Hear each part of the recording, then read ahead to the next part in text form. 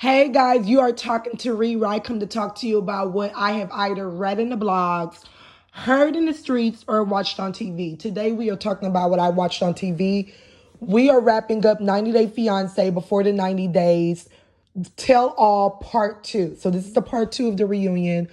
Oh my goodness, guys, my blood is boiling. It is boiling so much that I can't.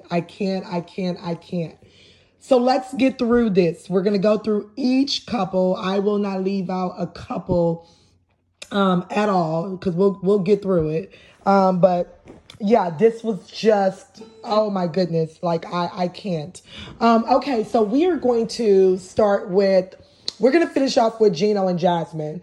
So Gino and Jasmine, they're revisiting the whole matter of Gino showing her new pictures to his ex-girlfriend. Gino is a habitual liar, is what we learned. His story changed 4 million times. Gino, you admitted during the season to sending it and being like, oh, look how hot my girlfriend is. Now you're saying that you didn't send it that way at all. Gino, you sent it 3 times to the girl. And if you send it to that ex-girlfriend, I'm sure you sent it to a couple of friends. You showed it to a couple of family members. Like, Gino is just off in the head. But I still don't believe that their storyline is real. Like, there is nothing about that storyline that gives me real. Jasmine is literally pursuing acting, or at least trying to get her face and stuff out there. She makes good TV, at least during the tell-all. Like, during the show, she got on my nerves. But definitely during the tell-all. First off, Jasmine, for you to claim to be so sexually, such a person that loves sex, and yet you confess to us that throughout the entire time you guys only had sex once. I don't think you guys had sex at all, okay? I do not think you guys had sex at all. At all.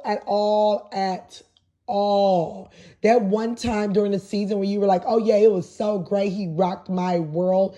It was so fake. Even when you guys kiss, it looks awkward. So you want me to believe that Gino knows what he's doing as well? No, you guys didn't have sex because you guys have paid each other. You guys are actors and actresses. At least for sure Jasmine is. Gino, perhaps, but Jasmine is. Even as quick as she forgave him regarding the whole nude situation, it just, like, nothing added up to me.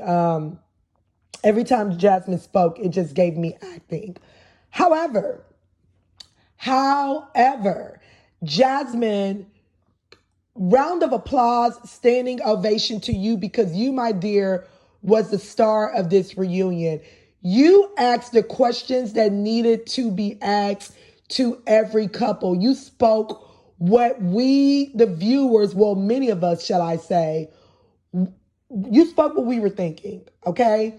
Hats off to you. You were so good with your involvement. And mind you, the whole staff got involved, which was weird, that everyone was pointing out the faults in other people's relationship as if, we're looking at,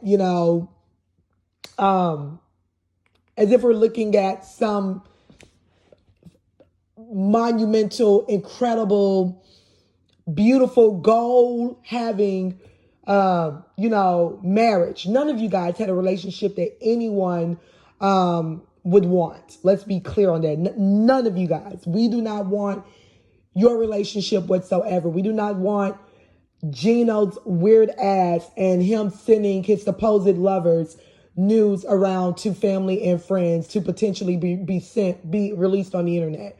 We do not want Usman and Kimberly of someone begging a man not even to be in a relationship but for sex, and then getting upset when things don't go their way, that they decide to sick their son on them.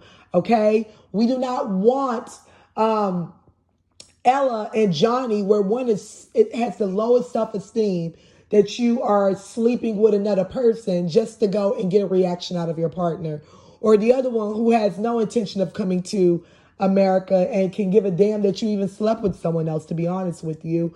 We do not want, oh my goodness, we don't want Ben and Mahogany, where Ben flies to a whole nother country to stalk this girl. Yes, it is stalking. Okay. And then force your tongue down her throat, and then comes back and plays victim. And we definitely don't want the other victim, the king of victims, Mike and Jimena, the disgusting, farting, burping, nose running, just gross, poop dragging, running in the middle of the streets, anger issues, guy who's obsessed with a girl and then plays victim. We don't want any of those relationships. So it kills me when you guys were playing this, let me point out that your relationship is crap. Or no, your relationship is crap. No, your relationship is crap. It was just, I can't. I really can't. So yeah, so that's basically all I cared about regarding Gino and Jasmine. So we move on. Kimberly and Usman, we wrap up where Usman is like, listen, girl, we were not together. I didn't do anything wrong. And, if I wanted to lay down with another woman, I have plenty of options. I can if I want to. You don't make more money than me. Like as far as me using you for money, that's not the case because you don't make more than me.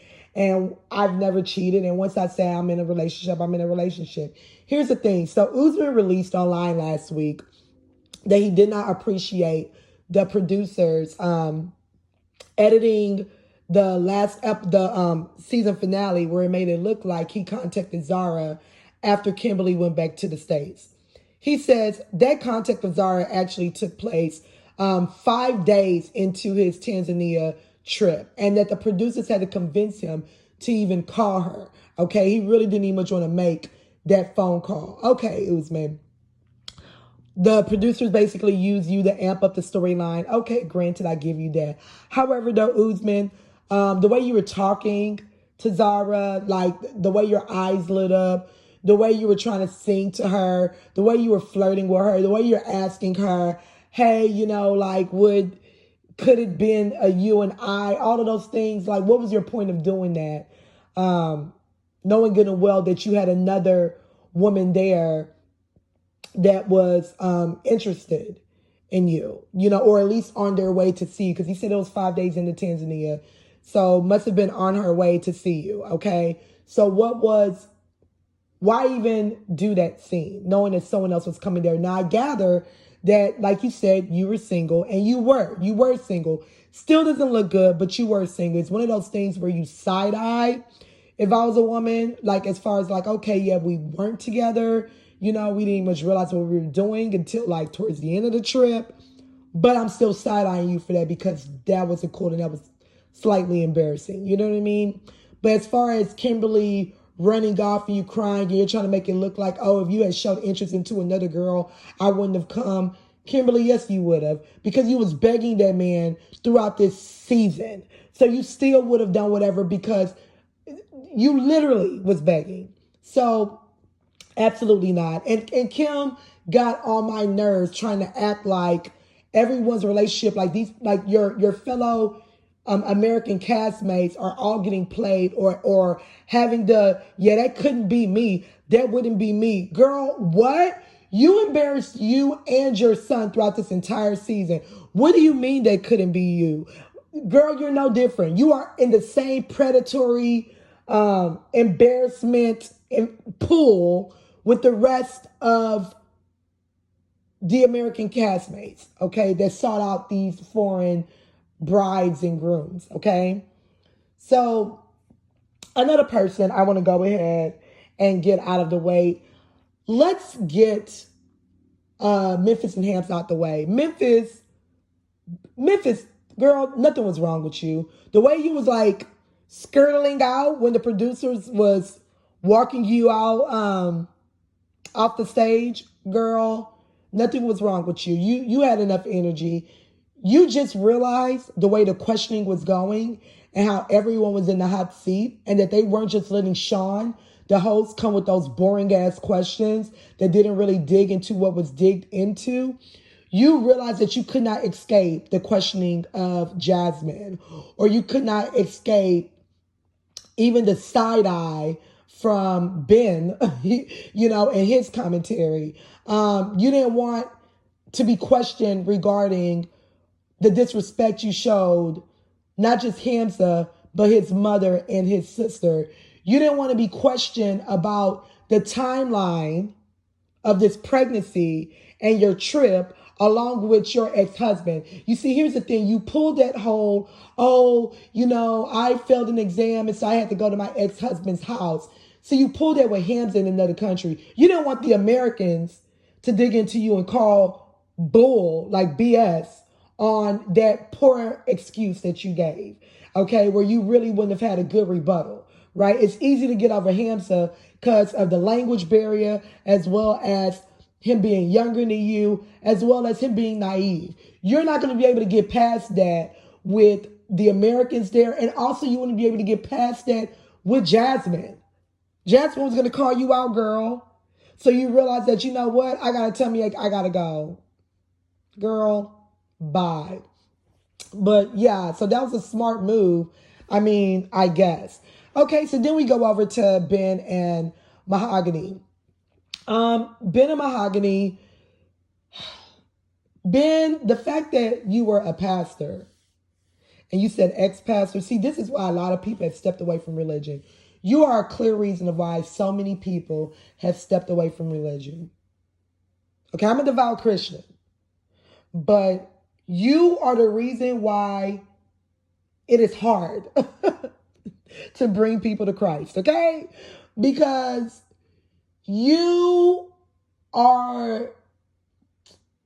did a lot of judging for someone that has no business judging, all right? Ben, you stalked that girl out there. You did. You were calling her your girlfriend before you officially met her. And then was acting like, like she's acting funny. Like, she's playing this game. She wasn't playing with you when she told you to stay your butt in America. You chose to come out there, okay? And then you're like, like this house, it seems kind of odd.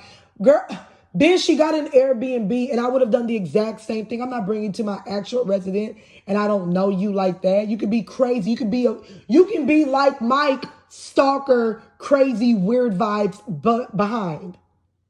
No one has time for that. No one has time for that. So yeah, of course she's going to send you to a different location. Now, Mahogany, you know good and well, you're not really interested in Ben. Just like you said, you mentioned of his age and things. You're not really past that.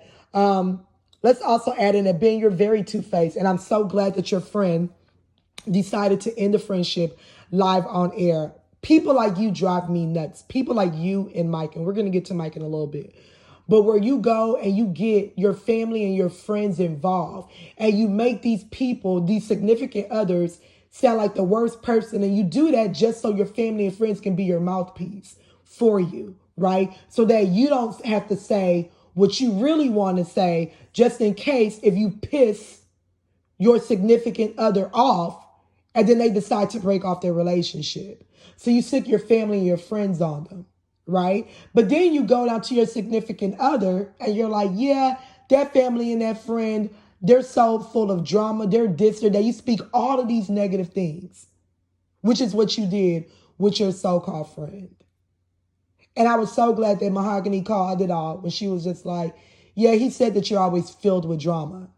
And then, Ben, you had the nerve to go, as your friend was going at it with Mahogany, you had the nerve to say, yeah, well, that's the drama right there that Mahogany's talking about. Oh, I loved that she let you have it and was like, you deserve what you get. You're two-faced.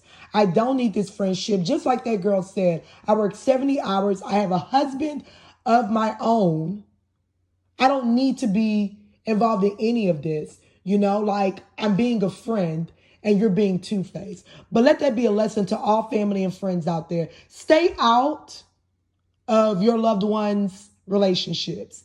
If they vent to you, one ear and out the other. That's how I treat it. I don't get myself involved. The only way I would get involved is if it's something on domestic violence. That's when it's like, okay, you know what? Yeah, before one of you guys end up in the grave or one of you end up in jail, that's when I step forward. Outside of that, I'm minding my business. I mind my business. Because whatever they tell you, I'm not in that, it doesn't matter. I'm not in that home. 2 weeks later, they're back with that person. And immediately you're like, oh, how can you be with them? They're like, I don't know how you went back, girl. I don't know how you went back, guy friend. And that person didn't tell you that they were actually the problem, that it was actually the other person that took them back. Mind your business. Let that be a clear sign. He was quick to throw his so-called friend underneath the bus for a girl, a young woman, very young woman that is young enough to be his daughter. Ben is pathetic. And you think you can give advice and you can do marriage counseling.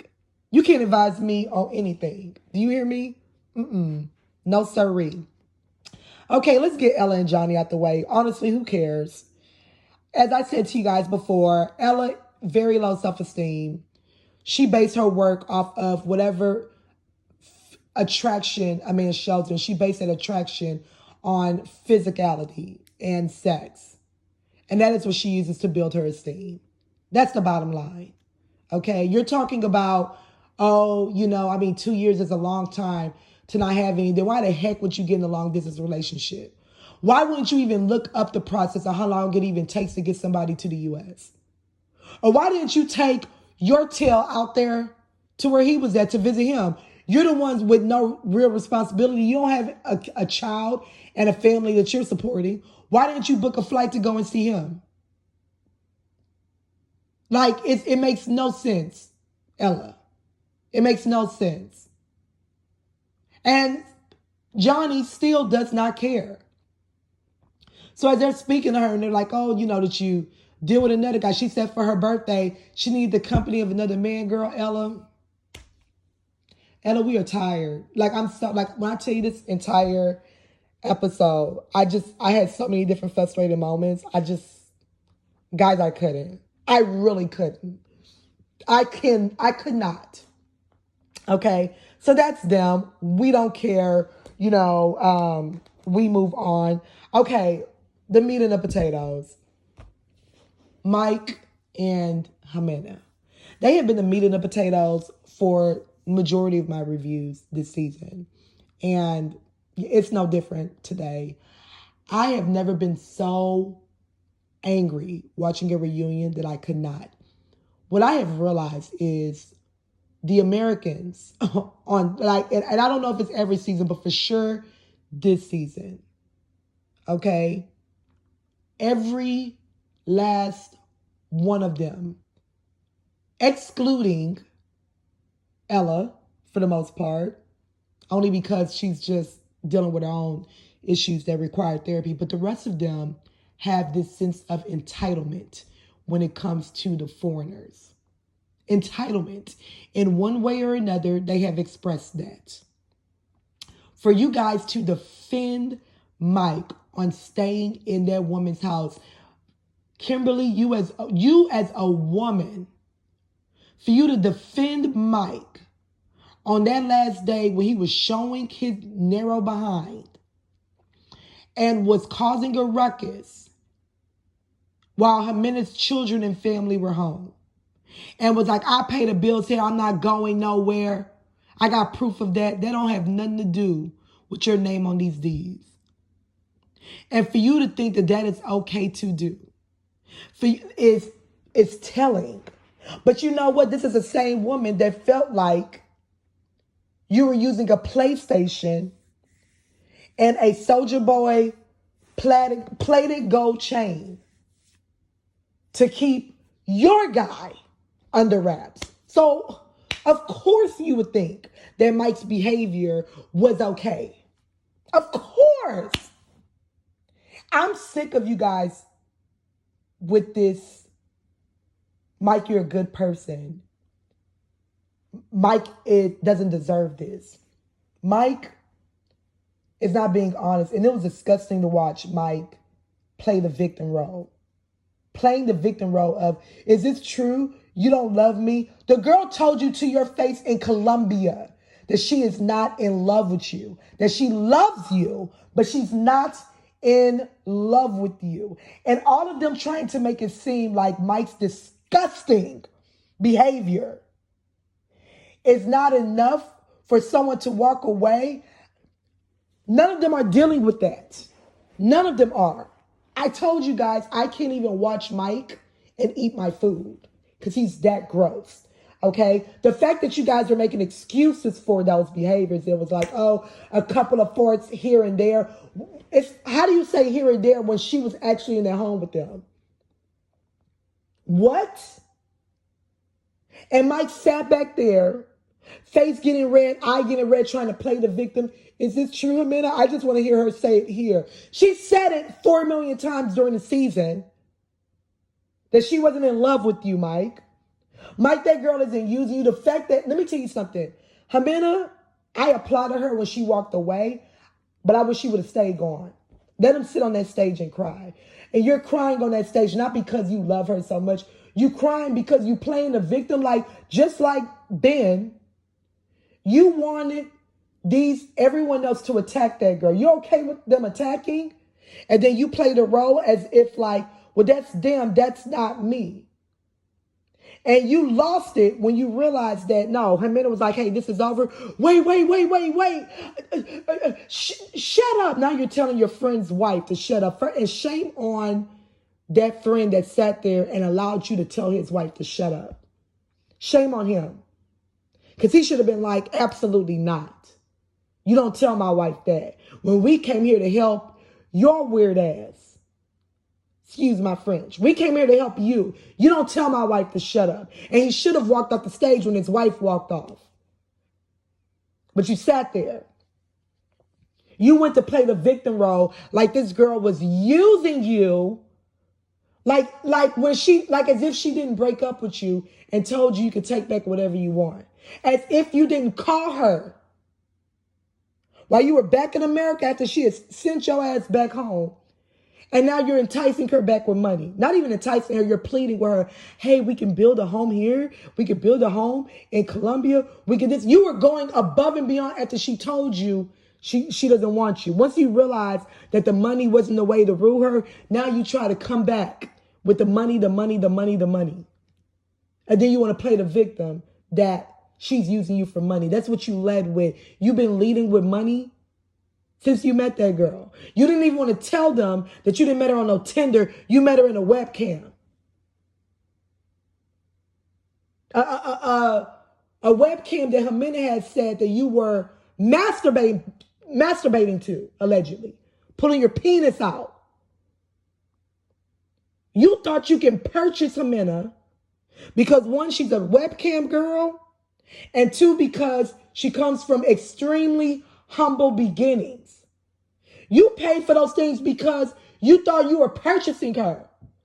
And that's why you chose to be as disgusting as you wanted to be without change.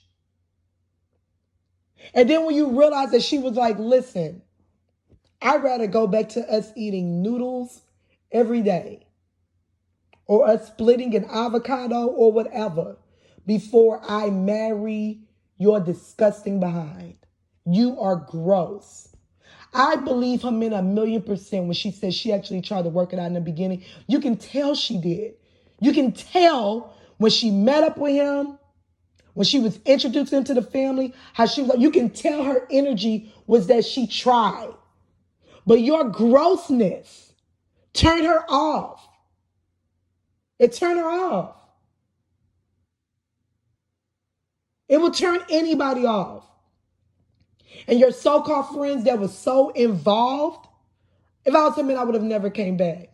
Now you're sitting on that stage. Oh, Sean asked you, what exactly do you want her to change? Oh, can you try to learn, English? Yeah, you knew you couldn't say anything else for her to change because she told you what time it is. You're the one that's begging to be with her, even knowing what time it is. You're the one that's begging, hey, take my money. You. Hey, can I send you something to make sure you guys are secure? That's you begging. I'm going to take my money, take my money, take my money. And now you want to say you're using me for money. Boy, go to hell. Mike, go to hell.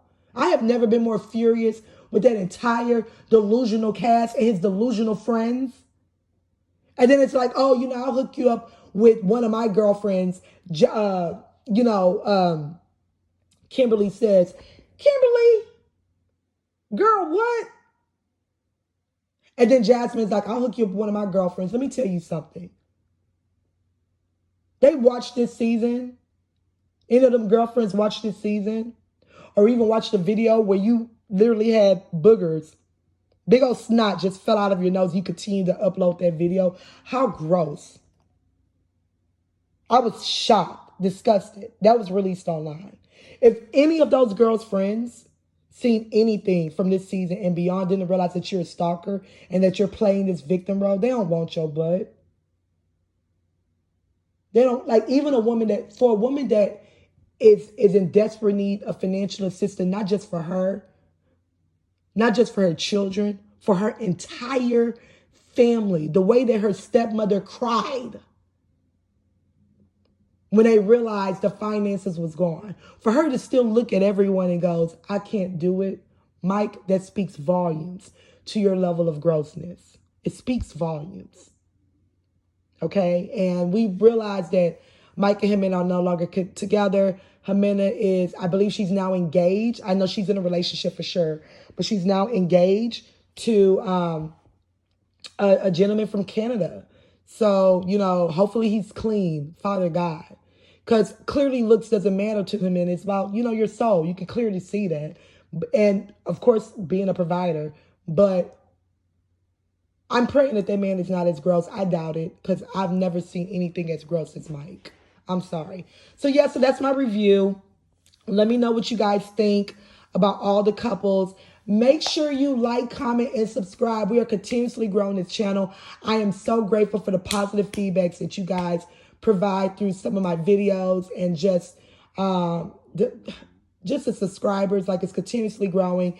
And stick around. There's more to come. We do have a whole new season starting, and I will be reviewing that. And, you know, I just want to hear everyone's feedback and talk to you guys soon. Bye.